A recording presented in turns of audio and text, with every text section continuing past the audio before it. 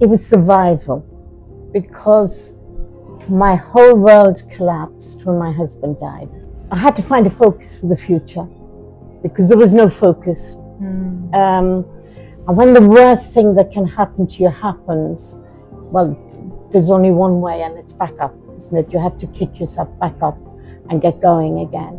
I mean, a lot of people at the time said to me, "Oh, you're very brave, and you're very this and very that." There was nothing you can do. My life was taken away from me. And therefore I had to create a new life. And that's what I've done. And I've met some amazing people, and I worked with some amazing people.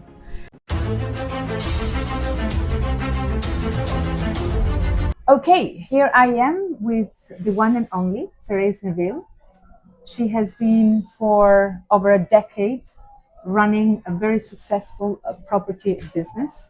And now, welcome to the Global Woman podcast, because what makes me very excited is the journey that you have taken to educate others to do the same so they can be financially free. So what inspired you to start business? To start the business first day. I always liked property.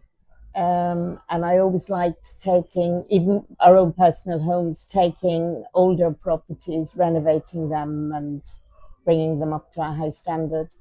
So I always did that. We moved a lot around the country because of my husband's job. So I got very strong in skills like going into new towns that I didn't know and knowing what was good and bad areas, things like this. So when I decided to leave education, which I'd done for nigh on 20 years, I thought, yeah, I've got to go for my passion, which is property. And it's always about passion. Yeah? It is, yes. The passion is something that nobody can copy. Exactly. You have it in you.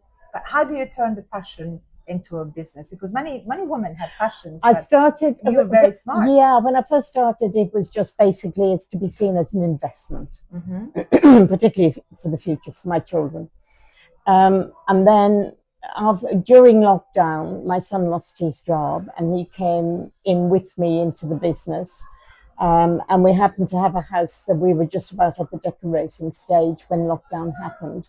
So because we lived in the one house, we could go and work in the property, but we couldn't bring any builders in at the time to do anything. So we ended up finishing it ourselves, and he quite enjoyed it. So as soon as he wanted to come into it full time, then it had to be a business rather than just an investment for the future. So we took it from there. Just started turning things around a lot quicker, doing more properties. I was at an event, and some young women approached me and asked me if I would be interested in mentoring them because they had no experience whatsoever. So I thought, okay, this is something which kind of sits well with me as an ex-teacher. And it filled a special place for me. Personal satisfaction. This is very, very inspiring, Therese. And I remember when we met first time and you came and told your story, there is another bit of the journey and the story that you shared that really touched me. Other women in your situation, once they find themselves, I'm at this stage now, on my own, what am I going to do? They would go completely paralyzed. But instead, what you did is that I am where I am. I'm going to take my power back. I'm going to take charge of my life, and I'm going to make it work. So what happened? What is the breakthrough that happened that gave you that power? Oh, I think it was survival, because my whole world collapsed when my husband died. There was the only thing, if I'm to be very honest, that kept me going was my children. Well, they're not children, they're adults, but they're still my children.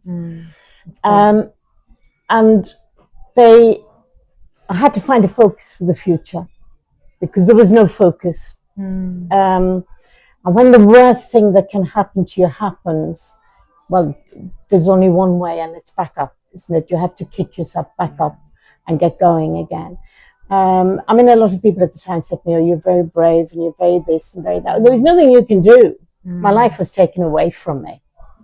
And therefore I had to create a new life. And that's what I've done. And I've met some amazing people, and I worked with some amazing people. I made a lot of really, really good friends in the process. How did you experience that moment when you found out that you have two roads in front of you? One, doing nothing and staying in your comfort zone, but the other one, taking the risk, not listen to anybody, and empowering yourself, allowing the grief to happen. But what was that flashback that ticked into your momentum to take that decision? I was still working when my husband died, and I threw myself into work, 12-hour days.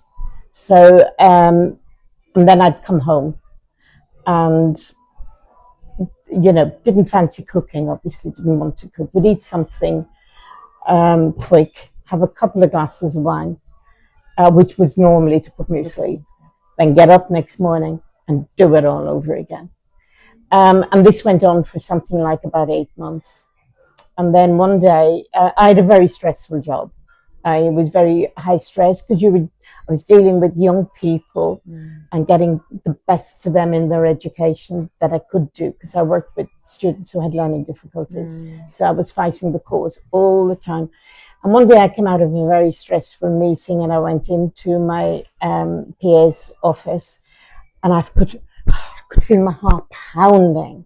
And I knew I've got to do something because this is going to kill me, basically.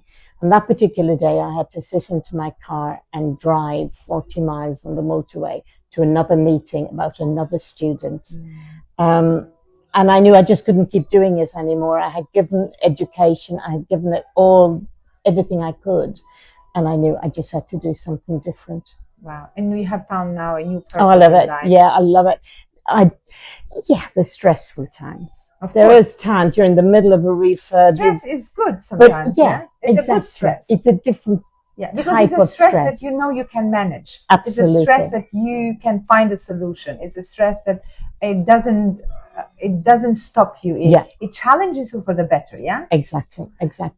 And it's also, particularly in property, but like all businesses, you've got to make the numbers work. And once you've done your numbers up front, done your due diligence, know this will work, then when you're going through the periods where you seem to be doing nothing but paying out money, and then take a breath. This is the middle. So it goes like a graph, and it goes like up and down. Business, yeah, exactly. It's but just what like are the main business. challenges that you face, and usually people face in the world of property? There's a lot of challenges today, I suppose people would put down to all the new rules and regulations. And they're changing all the time. But that's life, isn't it? Yeah. You just have to be flexible. You have to change with it. You have to change with it. Yeah, exactly. And I think all your experience as a teacher and everything that you had to go through in life has equipped you and built you that resilience that you need to run this business. Absolutely. No matter what. Exactly. And business, it's not about just how smart you are, how much can you take. So when you meet people, and especially women, who want to enter this business in this industry, what is your advice? It can be difficult for people to get going. I mean, as a woman, when I went in, if I say that during my marriage, I normally dealt with everything to do with any trades coming into the house, anything we did, buying and selling houses. I've actually been known to buy a house and my husband hadn't even seen it. So you built some knowledge and experience before. But when you suddenly find yourself on your own, in very much, and still is very much, a male world. Yes, it's getting better. There's a lot more women coming into it. It was, you've got to be, so you can do it. You know what you're doing. You know where you want to be, because quite often people will try and tell you what's right for you. Yeah. And it's not. Yeah. Yeah. And sometimes it's not about being right. It's about being happy. And have you found the way how you make yourself happy? I think so. I get great satisfaction out of what I do. I particularly like working with women. That doesn't mean I don't work with men, because I do. But I mean, I'll give you an instance. The other day, there was a young woman, a young mom who has an 8-month-old baby, and she wanted to start working in property. Now, her husband was 100% in favor and supporting her.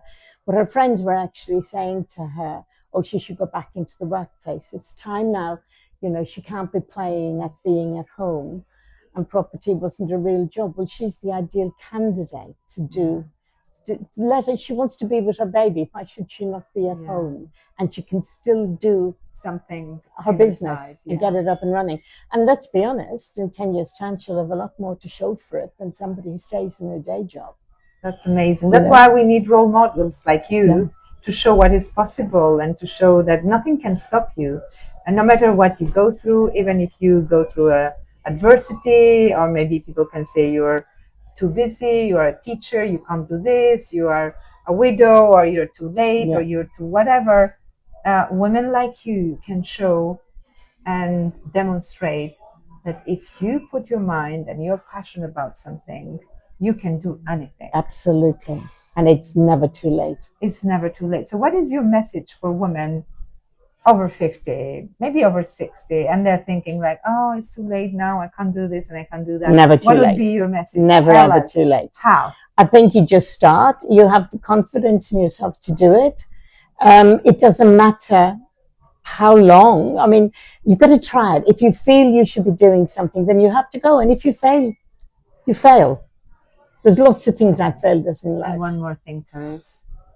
What would be the message you'd give to your husband? If he's listening to you right now, what would you say to him? I did it. Yeah. I did it on my own, and it was not something I wanted ever to have to do. But I do feel he's smiling down at me as well. Oh, and he must be very proud. He would be. He would be. He always was very proud of everything I did. Oh, that's very emotional, and I feel that he's around here and saying, you did it.